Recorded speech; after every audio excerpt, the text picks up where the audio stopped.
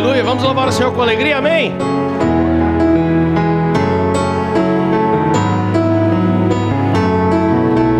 Bom estarmos aqui louvando a Deus, podendo exaltar seu santo nome.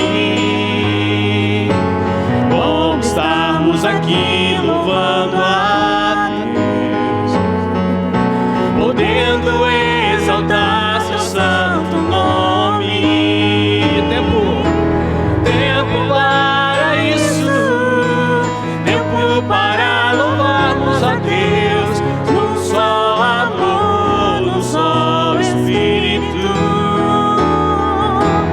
Tempo para isso, tempo para louvarmos a Deus, num só amor, num só Espírito. Deus, venha nos abençoar, em que esta união nunca falte para nós. Deus, venha nos abençoar, em que esta união nunca falte para nós.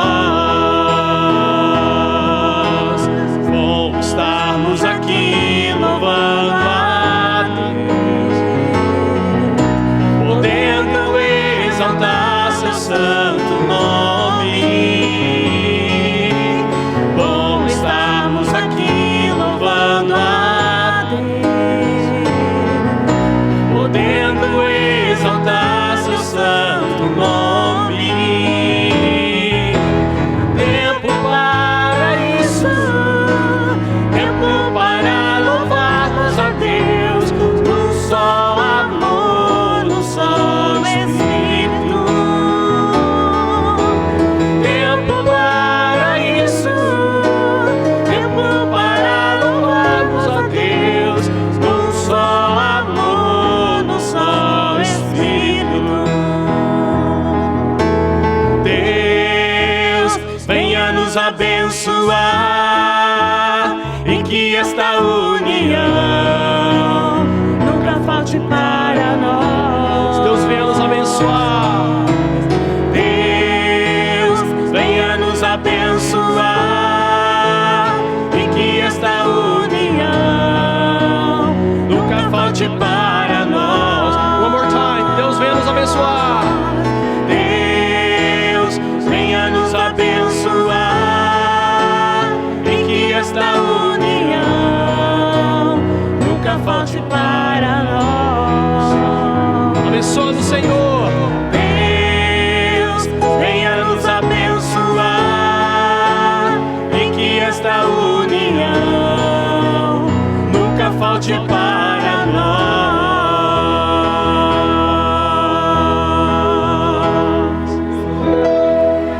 Aleluia, Jesus. Aleluia, Pai.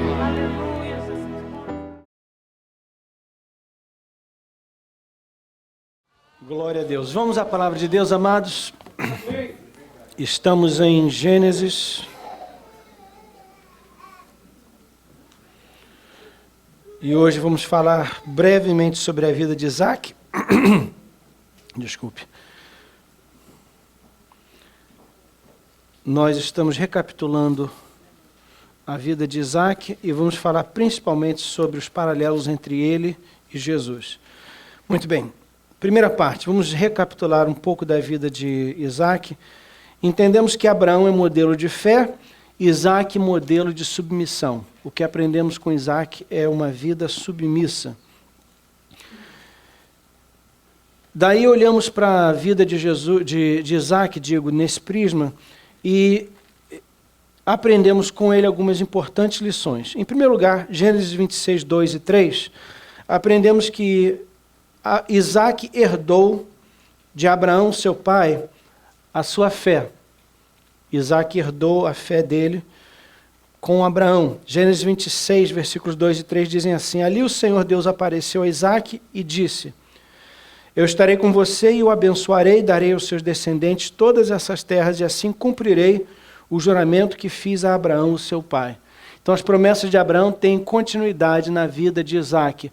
E aqui é um bom lugar para nós, aqueles que são pais, entenderem a importância de que o projeto de Deus na nossa vida continue na vida dos nossos filhos. E para que isso aconteça, a gente tem que dar testemunho, a gente tem que viver uma vida em que os nossos filhos reconheçam Deus nela, para que eles possam fazer essa decisão. A verdade é que os pais não fazem as decisões para os filhos, principalmente depois de uma certa idade, quando eles se tornam adultos, os filhos se tornam responsáveis pelas decisões, pelas suas próprias decisões. Mas é importante que nós deixemos um legado, uma herança de fé para eles, porque eles assim podem receber essa herança e dar continuidade ao projeto de Deus na família. Esse foi o caso com Abraão, com Isaac, com Jacó e etc. E deve ser também na nossa vida. Amém, irmãos? Amém. Isso me faz lembrar de uma passagem muito bonita na Bíblia, 2 Timóteo 1,5. É um dos meus versículos favoritos na Bíblia, 2 Timóteo 1,5. Quando Paulo está escrevendo a Timóteo, ele diz assim: lembro-me da sua sinceridade, a mesma fé que a sua avó Lóide e Eunice, a sua mãe, tinham, e tenho certeza de que é a mesma fé que você tem. Paulo, olhando para a vida de Timóteo, viu nele algumas qualidades que ele tinha visto na avó dele e depois na mãe dele. Então ele falou, olha, Lóide, a sua avó, tinha essa mesma fé, eu vi essa fé na sua mãe Eunice e agora estou vendo em você, Timóteo. Isso alegra o meu coração. E é bonito quando a gente consegue transferir ou compartilhar a nossa fé com a próxima geração. A Bíblia diz no livro de Salmos que uma geração anunciaria a outra as misericórdias do Senhor. Então, queridos, é importante que as gerações passem a sua fé à próxima geração. Eu ouvi um grande pregador, algum tempo atrás, falar uma coisa interessante, eu não tinha pensado nisso. E ele falou assim, olha, todo avivamento da história morre. E morre porque a geração que recebe o avivamento nunca conseguiu passar para a próxima. Nenhum avivamento da história da igreja durou mais do que uma geração. E ele dizia assim, esse é o desafio da minha vida. É conseguir não só alcançar o avivamento na minha vida, mas compartilhar com a próxima geração. Eu acho que esse é um desafio para todos nós, não só caminhar com Deus, mas compartilhar a nossa experiência com a próxima geração, para que eles possam continuar também. Quantos dizem amém? Amém. Muito bem. Outra coisa interessante em falar em herança é que Isaac não só herdou a fé do seu pai, mas ele herdou também a falha do seu pai, uma das falhas do seu pai. Gênesis 26, 7, a Bíblia diz assim, quando os homens do lugar que lhe fizeram perguntas sobre a sua mulher, ele disse que ela era sua irmã. Gênesis 26. Isaac estava indo para o Egito, e a caminho do Egito ele parou numa cidade chamada Gerar, e lá Deus falou que ele ficasse ali, não saísse dali. E é interessante que enquanto ele morava ali, as pessoas daquela cidade, impressionadas com a beleza de Rebeca, perguntaram a ele, quem é essa senhora, essa mulher que lhe acompanha? E ele, com medo, diz a palavra de Deus, ele disse que ela era sua irmã. Rebeca era muito bonita e Isaac tinha medo de dizer que ela era sua esposa, pois pensava que os homens do lugar o matariam para ficarem com ela. E é déjà vu aqui, porque em Gênesis 12... Abraão fez a mesma coisa, em Gênesis 20, Abraão fez a mesma coisa a segunda vez, e agora isso se repete na vida de Isaac. E aqui é o outro lado da moeda, nós falamos sobre a importância de transferir a nossa fé para a próxima geração. Aqui a gente aprende a importância de termos cuidado de não transmitir aos nossos filhos as nossas falhas e os nossos defeitos. Evitar que eles repitam os nossos erros. E isso é um desafio para todos nós, queridos. Nós que somos pais, é um grande desafio, porque a coisa mais fácil é a gente tentar esconder os nossos erros, e é assim que eles são transmitidos para os nossos filhos.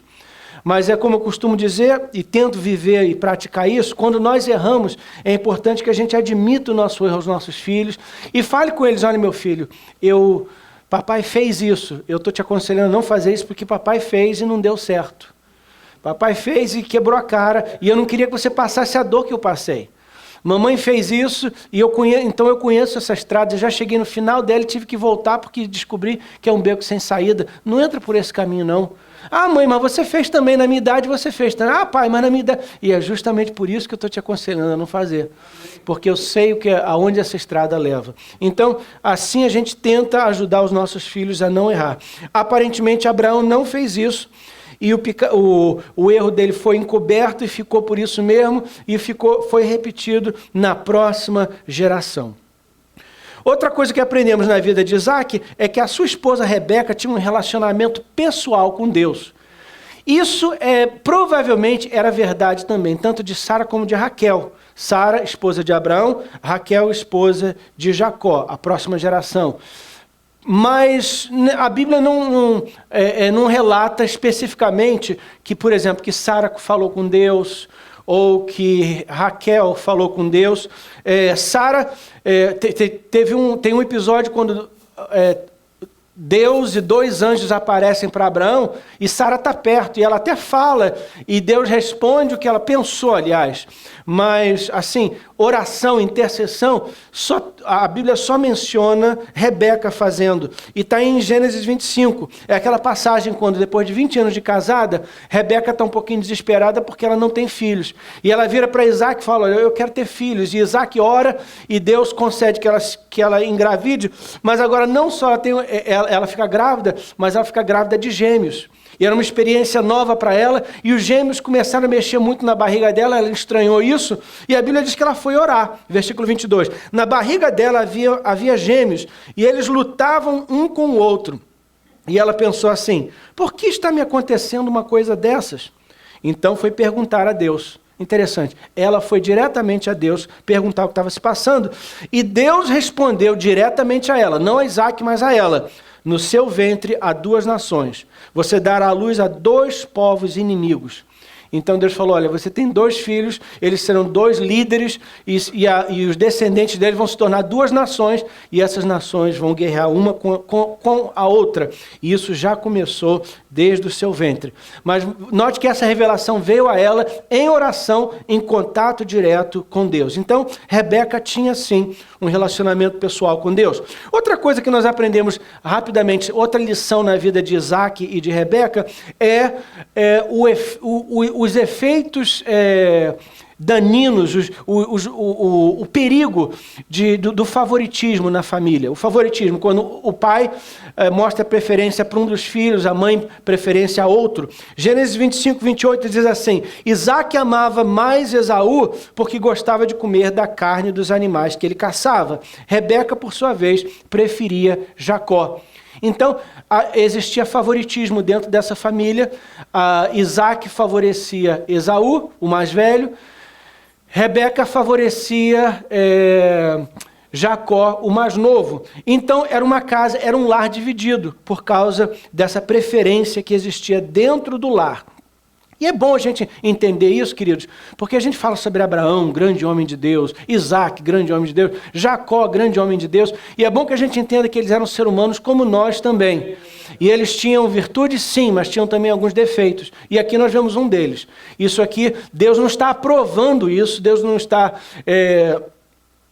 não está recomendando, obviamente, isso, mas ele está nos mostrando que até os heróis da fé eram pessoas comuns que tinham defeitos também. E o defeito, aqui um defeito que tinha no lar de Isaac e Rebeca é esse favoritismo, essa divisão dentro da casa. Mais uma vez, uma palavra aos pais. Pais, temos cuidado, muito cuidado mesmo, para não comunicar um favoritismo dentro de casa, porque isso só traz confusão e divisão. É natural que dentro de uma família a gente tenha mais coisas em comum com um ou com outro filho. Isso pode acontecer, não tem que acontecer, não, mas pode acontecer. Na minha casa, por exemplo, eu gosto daquele filme O Senhor dos Anéis. É uma série de 3 filmes e os 3 filmes são 9 horas de filmagem, de filme. E... Eu gosto tanto desse filme que a coisa de uns 5, 6 anos atrás, a minha esposa me deu o set de DVDs dos 3 filmes. E de quando em quando, pelo menos uma vez por ano, eu tiro um dia, geralmente no Thanksgiving ou no Natal, quando tem feriados, eu tiro um dia para ficar em casa, comer pizza e assistir essa trilogia. É um prazer pessoal que eu tenho. Uma vez por ano, geralmente, isso acontece lá em casa. E uma das minhas filhas ama esse filme também, e ela sempre assiste comigo. É interessante que nesse dia, muito obrigado, nesse dia que eu assisto esse filme, a minha esposa e a minha outra filha saem para fazer compras. Porque elas não compartilham a minha paixão por esse filme e nem de uma das minhas filhas. Então, isso é normal acontecer, que às vezes a gente gosta de uma coisa, um gosta de futebol, o outro não gosta, um gosta de um esporte, ou de teatro, ou de música, um certo estilo de música, um gosta de ler, outro não gosta, um gosta de fazer compras, ir no mall, outro não gosta. É normal isso e não é problema, não é defeito. O problema é quando a gente começa a mostrar favoritismo, preferência por um ou por outro. Vamos ter cuidado para não deixar isso acontecer nos nossos lares, porque isso só traz divisão. E foi o que aconteceu no lar de Isaac. Infelizmente, por causa desse favoritismo, teve uma separação na família, e o filho Jacó saiu, passou 20 anos longe de casa, sem ver o pai, sem ver a mãe, e vice-versa, brigado com Esaú, depois fazem as pazes, mas nem assim se tornam grandes amigos. O favoritismo é perigoso e deve ser evitado. Muito bem.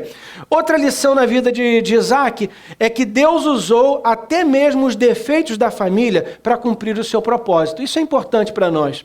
É importante que a gente entenda que mesmo com os nossos defeitos, Deus consegue contornar os defeitos e fazer a vontade dele. Eu digo isso pelo seguinte: Deus havia soberanamente escolhido Jacó. A herança de Abraão passaria por Isaac e de Isaac para Jacó. Mas Isaac, que é o portador da bênção, preferia Esaú. Então Isaac naturalmente ia passar a bênção para Esaú, e essa não era a vontade de Deus. O que Deus fez? Deus usou o defeito na família, o problema familiar, para cumprir o propósito dele. Então Rebeca, que favorecia Isaac, fez um plano. O que aconteceu é que quando Isaac estava bem velhinho, ele falou: bom, eu vou abençoar o meu filho Esaú, porque eu estou para morrer. E ele chama Esaú e fala: Esaú, vai fazer uma caça, traz para mim um ensopado gostoso com que você conseguir caçar, e depois de eu comer eu vou te abençoar. Rebeca ouviu, chamou Isaac e falou: olha, nós temos que fazer alguma coisa aqui, porque senão você vai perder a tua bênção. Na realidade, a bênção era de Esaú. E ela fez um complô. Enquanto Esaú foi caçar, ela mandou Isaac ir lá no rebanho do pai dela, do pai dele, no caso, pegar uma ovelha, fazer um guisado, trazer, vestir a roupa de Esaú. Aí ele vai, se apresenta para Isaac. Isaac fala: mas como é que você como é que você conseguiu uma caça tão rápido? E Jacó, que era malandro também, falou: olha, o Senhor Deus me preparou, preparou uma caça para mim, eu peguei com facilidade. Mas é você mesmo, meu filho, a sua voz está diferente hoje, chega aqui perto de mim. E Isaac também, que não era bobo, queria cheirar o seu filho para ver se era mesmo Esaú, e ele sentiu o cheiro da roupa de Esaú, mas a sua voz não é a voz de Esaú, mas o cheiro é. E ele não enxergava muito bem por causa da idade, e ele passou a mão no braço de Isaac, mas Isaac estava vestido com a roupa de Esaú, então ele sentiu a roupa de Esaú. Bom, convenceu, enganou Isaac que ele era Esaú, e então assim Isaac abençoou Jacó. Queridos, foi um engano? Foi. Foi uma tramóia? Foi. Foi uma coisa feia? Foi. Uma esposa enganando o seu marido, um filho enganando o seu pai, um filho passando o seu irmão para trás. Essa história aqui é uma história feia, um capítulo feio da Bíblia, para dizer a verdade. No entanto, no meio dessa feiura, o propósito de Deus está sendo cumprido. Isso deve nos consolar, porque às vezes a gente pensa que Deus depende de nós para a vontade dele ser feita, mas a verdade é, irmãos, que mesmo que a gente fracasse, Deus não fracassa. Amém. Mesmo que eu falhe, Deus não falha. Eu sou imperfeito, mas Deus é perfeito. Mesmo na minha imperfeição, os planos perfeitos de Deus são cumpridos. Isso não quer dizer, então, se é assim, então eu vou continuar sendo imperfeito. Não, o que a gente deve pensar é, olha, como é que Deus é grande, que mesmo na minha imperfeição, Ele ainda se mostra perfeito. E para a gente pensar também, se Deus pode usar a nossa imperfeição, quanto mais Ele poderia fazer se nós dessemos a Ele perfeição. Vamos então buscar caminhar com Deus em perfeição, para que Ele possa nos usar para a glória dEle. Amém, irmãos? Muito bem, eu estou correndo por causa da hora, eu sei que tem a festa dos aniversariantes, para os aniversariantes desse mês ainda, então eu estou indo um pouquinho mais rápido do que geralmente vamos, porque ainda tem coisa importante para a gente falar aqui. Uma coisa a mais sobre as escolhas de Deus, é importante a gente entender, porque você pensa assim, olha, mas por que Deus escolheu Jacó e não Esaú? Por que Jacó e não Esaú? Malaquias 1, versículos 2 e 3 diz assim, o Senhor diz ao seu povo, eu sempre amei vocês. Mas eles me perguntam, como podemos saber que tu nos amas? E Deus responde, Esaú e Jacó eram irmãos, no entanto, eu tenho amado Jacó e os seus descendentes, mas tenho odiado Esaú e os seus descendentes. Aprendemos em Malaquias 1, versículos 2 e 3, que Deus fez uma escolha soberana. E nessa escolha que ele fez, ele escolheu Jacó e não Esaú. Esaú, na realidade, era até a escolha lógica, porque ele era o primogênito, mas Deus escolheu Jacó. Por quê? Não sei. E Deus em nenhum lugar na Bíblia nos explica. Mas o que ele diz, sim, em Romanos capítulo 9, versículos 13 a 15. Olha o que Deus diz sobre essa escolha. Romanos 9, 13 a 15. Como dizem as Escrituras Sagradas, eu escolhi Jacó e rejeitei Esaú. Deus escolheu Jacó e rejeitou Esaú. O que vamos dizer então? Que Deus é injusto? Ele escolheu um e rejeitou outro. É injustiça da parte de Deus? De modo nenhum. Pois ele disse a Moisés, terei misericórdia de quem eu quiser, terei pena de quem eu desejar. Queridos, esse versículo aqui crucifica a nossa carne. Ele nos incomoda porque ele nos põe no nosso lugar. Esse versículo enfatiza que Deus é Deus e nós não somos. E existem certas prerrogativas de Deus que ele não compartilha com ninguém. Deus é bom, Deus é misericordioso, Deus é paciente, Deus é amoroso, mas Deus é também soberano. E por ser soberano, ele faz certas escolhas que é direito dele fazer. E ninguém pode questionar essas decisões. Aliás, nós vamos estudar isso quando chegarmos em Romanos 9, daqui a um bom tempo. Mas em Romanos 9, Paulo continua nesse assunto e ele fala, olha, quem é você para questionar as decisões de Deus? Será que o barro pode questionar o olheiro? Por que você me fez assim, o assado? Em outras palavras, nós somos o barro, Deus é o olheiro e ele faz o que ele quer. Deus é soberano, gente. E às vezes porque a gente enfatiza a paciência e a misericórdia de Deus, a gente leva isso longe demais e começa a agir com Deus como se ele fosse nosso companheiro de escola, nosso amiguinho de rua. E a gente quer bater boca com Deus como se ele fosse um de nós, e ele não é. E aqui ele deixa bem claro, eu terei misericórdia de quem eu tiver misericórdia, quem eu quiser ter. A misericórdia de Deus não é uma obrigação da parte dele. Deus não deve misericórdia para ninguém. Ele dá misericórdia porque ele é misericordioso. E nós devemos receber essa misericórdia com ação de graça. Mas não presumir que ele me deve misericórdia. Ou que ele tem a obrigação de me escolher. Ele me escolheu por causa da sua misericórdia. Mas ele não deve misericórdia a ninguém. Terei misericórdia de quem eu quiser. Deus é Deus e nós não somos. Muito bem. Entendendo então a soberania de Deus, agora avançamos rapidamente para a última parte da nossa mensagem. E esse aqui são os paralelos entre Isaac e Jesus. Paralelos entre Isaac e Jesus. Para mim é bem interessante notar que tem muitos detalhes na vida de Isaac que são paralelos exatos com a vida de Jesus. Em João 8,56, Jesus diz assim, Abraão, o pai de vocês, ficou alegre a ver o tempo da minha vinda. Ele viu esse tempo e ficou feliz. Pare aí um minutinho e lembre-se que Abraão viveu 2000 anos antes de Cristo.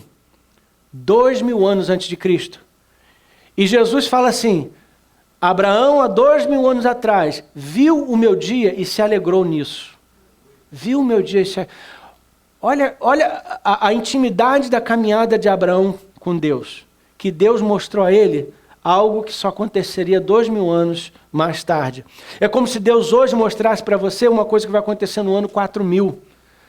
Se até lá a Terra existir e Jesus não voltar, até o ano... Imagina só, para você imaginar a distância da coisa, a visão que Abraão teve porque ele caminhou com Deus. Mas aí a gente se pergunta, quando que Abraão viu o dia de Jesus?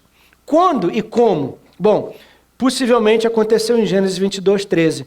A Bíblia diz que Abraão subiu o Monte Moriá para oferecer o seu filho Isaque, e diz a palavra de Deus que quando ele ia oferecer o seu filho, ele ouviu uma voz dizendo, não toque no seu filho, portanto agora sei que temes a Deus. E o próximo versículo 13 diz assim, Abraão olhou em volta e viu um carneiro preso pelos chifres. Eu imagino que aqui foi o momento quando ele olhou para esse carneiro, para esse cordeiro de Deus. Foi aqui que Deus provavelmente começou a mostrar a ele a revelação de Cristo. Eu creio que foi aqui que Abraão provavelmente recebeu a revelação de Jesus quando sacrificou Isaque no Monte Moriá. Então, aqui Isaque aprendeu o que nós estamos aprendendo também. Aqui Abraão aprendeu o que nós estamos aprendendo hoje, que Isaque é um tipo, ou um exemplo, ou uma sombra de Jesus. Vamos ver alguns exemplos disso. Número 1. Houve um longo intervalo entre a promessa do nascimento, tanto de Isaque como de Jesus. A promessa e o cumprimento. Lembra que Deus prometeu o nascimento de Isaque, 25 anos mais tarde ele nasceu? Abraão e Sara tiveram que esperar bastante tempo. A mesma coisa com Jesus, a promessa foi feita muito antes, o cumprimento bem mais tarde. O nascimento de ambos foi anunciado por anjos, tanto o nascimento de Jesus como de Isaque. O nome de ambos foi escolhido antes deles nascerem. O anjo disse a Abraão e Sara que o filho delas deveria ser chamado Isaque. O anjo também disse a Maria e a José que o filho que eles teriam deveria ser chamado Jesus. Ambos tiveram um nascimento milagroso. Jesus teve concepção imaculada, Isaque nasceu de uma mãe que já tinha passado da época de ter filhos. Ambos os nascimentos aconteceu no tempo determinado, na plenitude dos tempos. A Bíblia diz isso detalhadamente em ambos os casos. Outra coisa interessante é que ambos são descritos como filho único e filho amado. Nós não encontramos isso no Velho Testamento de outra pessoa, mas Isaque é descrito como o único filho de Abraão, o filho a quem ele amava. João 3,16, Jesus, o unigênito do Pai, o filho que ele amava. Muito bem, outra coisa interessante, avançando, ambos tiveram a sua noiva preparada pelo assistente do Pai. Tanto Jesus quanto Isaque tiveram a sua noiva preparadas para eles pelo assistente do pai. Lembra da história de Eliezer? Eliezer saiu a pedido de Abraão para buscar uma noiva para Isaque. E é interessante, queridos, que nessa passagem existem lindos paralelos entre a busca da noiva e o trabalho do Espírito Santo com a igreja. É interessante notar que o nome Eliezer, em hebraico, significa ajudador, ajudador de Deus. Ajudador de Deus. E na Bíblia, no Novo Testamento, o Espírito Santo é mencionado, é chamado. Jesus se refere ao Espírito Santo como ajudador, como conselheiro. É a mesma palavra. Eliezer é o ajudador do Pai aqui. E o Espírito Santo é o ajudador de Deus. Eliezer preparou a noiva para apresentar a Isaque. O Espírito Santo prepara a igreja para apresentar a Jesus. É interessante notar também que ambos montaram em um jumento a caminho do sacrifício. Entrada triunfal, Jesus entra em Jerusalém montado num jumento. Gênesis 26, Abraão chama o seu filho Isaque, montam um jumento e vão ao Monte Moriá. Ambos carregaram madeira nas costas, subindo o monte. A Bíblia diz especificamente que a madeira do holocausto foi posta nas costas de Isaque. Jesus, obviamente, carregou a cruz nos seus ombros. Ambos foram acompanhados por duas pessoas a caminho do sacrifício. Diz a palavra de Deus, Gênesis 26, que Abraão chamou Isaque e 2 dos seus servos, 2 dos seus empregados. Assim também Jesus, quando subiu o Gólgota, ele foi acompanhado de 2 pessoas, dois ladrões que foram crucificados com ele. Outra semelhança também entre os dois é que ambos aceitaram ser sacrificados. Nenhum dos dois tentaram escapar. Jesus chegou a pedir ao Pai, Senhor, se possível for, afasta de mim esse cálice. Mas Deus obviamente disse não e Jesus aceitou ser crucificado por nós. Assim também Isaque podia ter tentado escapar, mas aceitou ser sacrificado. Muito bem. Outra coisa interessante, outro detalhe interessante entre os dois. A Bíblia diz que Abraão caminhou uma jornada de 3 dias a caminho do Monte Moriá. Jesus também foi crucificado e depois foi morto e sepultado. Por 3 dias ele ficou na sepultura. Por 3 dias Abraão sentiu a agonia do seu filho prestes a morrer. Por 3 dias o pai também agoniou pelo filho que estava no túmulo. Então, ao 3º dia, Jesus ressuscitou. No 3º dia, Abraão também teve a notícia de que Deus substituiu o seu filho por um cordeiro, e ambos então têm a satisfação de ver o seu filho liberto. Por fim, queridos, note que ambos foram oferecidos provavelmente no mesmo lugar. Gênesis 26 fala que o sacrifício foi feito nos montes. Deus chamou Deus chamou Abraão para oferecer Isaac nos montes de Moriá, montes no plural. E, perdão, eu estava me referindo a capítulo 26, mas não é 26 não, é 22, perdão, Gênesis 22. E quando Deus manda Abraão ir ao Monte Moriá, monte está no plural, nas terras de Moriá ou nos montes de Moriá. Salmo 125 fala sobre esses montes, como os montes estão à roda de Jerusalém. Se você olhar um mapa de Jerusalém, você vê que é uma cidade cercada de montes. E um desses grupos de montes é chamado Moriá. E esse Moriá, o Monte Moriá, é uma montanha com 3 topos. E eu mostro aqui um pequeno mapa dessa montanha. Nós aprendemos em 1 Samuel que o Templo de Salomão foi construído no Monte Moriá. Então, isso nos identifica onde esse monte fica. E em Hebreus, a Bíblia fala que Jesus foi crucificado num monte logo fora dos muros da cidade de Jerusalém. Então, se você olhar para um mapa de Jerusalém e onde estão os muros de Jerusalém, dá para a gente saber onde Jesus foi crucificado. E esse monte onde ele foi crucificado fica justamente nessa montanha que é chamada Moriá. Então, tanto Jesus como Isaac foram sacrificados na mesma montanha. Mas, queridos, a última coisa que eu quero mostrar, a última jesuicidência, vamos dizer assim, entre Isaac e Jesus, e para mim a mais edificante, é a que se encontra em Gênesis 22, 19. Note que após, Gênesis 22 é o sacrifício de Isaac. Note que logo após o sacrifício de Isaac, ele desaparece da história. Em Gênesis 22, Deus chama Abraão para oferecer Isaac. A Bíblia diz que Abraão sai com Isaac e 2 dos seus servos caminham por 3 dias e chegam ao Monte Moriá. Chegando ao pé do monte, Abraão vira para os 2 empregados e diz: olha, vocês vão ficar aqui e eu vou subir para sacrificar a Deus com o meu filho Isaac e volto com ele. Abraão aqui já estava falando por fé que Isaac, de uma maneira ou de outra, voltaria com ele. Bom, eles sobem a montanha e lá acontece o sacrifício, como os irmãos conhecem a história. Aí o versículo 19 diz assim: Abraão voltou para o lugar onde estavam seus empregados e foram todos juntos. Cadê Isaac na história? Abraão voltou para o lugar onde estavam seus empregados. Obviamente, Isaac está incluído aqui, mas ele não é mencionado. Ele desaparece da história. Aonde está Isaac? Bom, Isaac desaparece em Gênesis 22 e só reaparece em Gênesis 24, que é justamente o capítulo quando Eliezer vai buscar a noiva para Isaac e traz ela de volta para Isaac. Versículos 66 e 67, o empregado, se referindo a Eliezer, contou a Isaac tudo o que havia feito. Então Isaac levou Rebeca para a barraca onde Sara, sua mãe, havia morado, e ela se tornou a sua mulher, e Isaac amou a Rebeca. Olha que interessante. Isaac desaparece quando ele é sacrificado e reaparece quando ele se encontra com a sua noiva. Lembra de alguém? Lembra que Jesus também, depois de morrer, ele subiu para o céu e desaparece da história, vamos dizer assim. O Espírito Santo vem, mas Jesus desaparece. E a próxima vez que Jesus aparecer, queridos, vai ser quando ele se encontrar com a sua Rebeca. E com isso encerramos com esse pensamento que o nosso Isaac está esperando pela sua Rebeca. A Rebeca de Jesus é a igreja. Jesus subiu e está no céu, esperando enquanto o Eliezer de Deus, o Espírito Santo, prepara a sua noiva. Um dia muito em breve, queridos, a trombeta vai tocar. E o Espírito Santo vai falar: Rebeca, é hora de encontrar com seu Isaac. Esse dia vai acontecer a qualquer instante. E é a vontade de Deus que estejamos preparados. Vamos nos pôr de pé, queridos? Vamos nos pôr de pé e...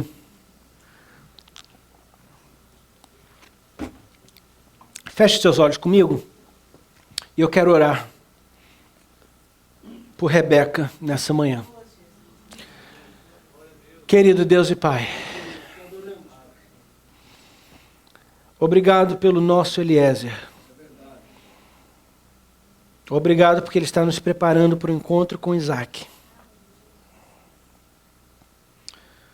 Eu te peço, Senhor,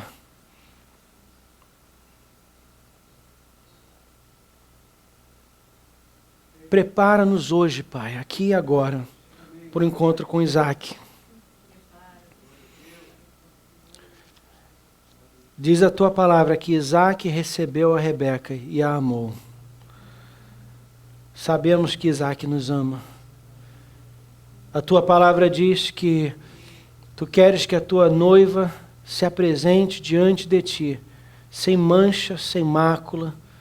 Esse é o nosso desejo também. Por isso te pedimos, Espírito Santo, ministra hoje a tua igreja, purificando, santificando, limpando, preparando a igreja para esse encontro. Se alguém aqui nessa manhã que diz: eu preciso ser lavado pelo sangue de Jesus, eu preciso ser purificado para me encontrar com Isaac, nós vamos orar. E Deus hoje vai enviar Eliezer para te tocar. Amém. Diz a palavra de Deus que Eliezer deu dádivas a Rebeca. Ele deu presentes a Rebeca. Quando Rebeca se apresentou a Isaac, ela foi adornada com os presentes que ela recebeu de Eliezer. E Deus quer adornar a sua igreja também, quer adornar a noiva. Ele enviou Eliezer para adornar a noiva com dons, para que nós possamos nos apresentar dignamente diante de Isaac. Se você hoje precisa de se consertar com Deus, se você hoje precisa aceitar a Jesus como seu Senhor e Salvador, enquanto a igreja ora, eu te convido a levantar as suas mãos. Ao levantar a mão, você está admitindo a sua dependência de Deus, sua carência da obra do Espírito Santo em sua vida. O tempo é curto, eu tenho que ser rápido. Então não perca tempo, levante a sua mão e eu quero orar por você. Aleluia. Aleluia. Aleluia. Querido Deus e Pai, eu oro por essas mãos que se levantaram, essas pessoas que hoje reconhecem a necessidade de uma obra do Teu Espírito Santo na vida delas. Confirma agora o Teu propósito na vida de Rebeca e prepara-nos para o encontro com Isaac. Oramos isso em nome de Jesus e agradecemos em fé. Amém e amém. Glória a Deus.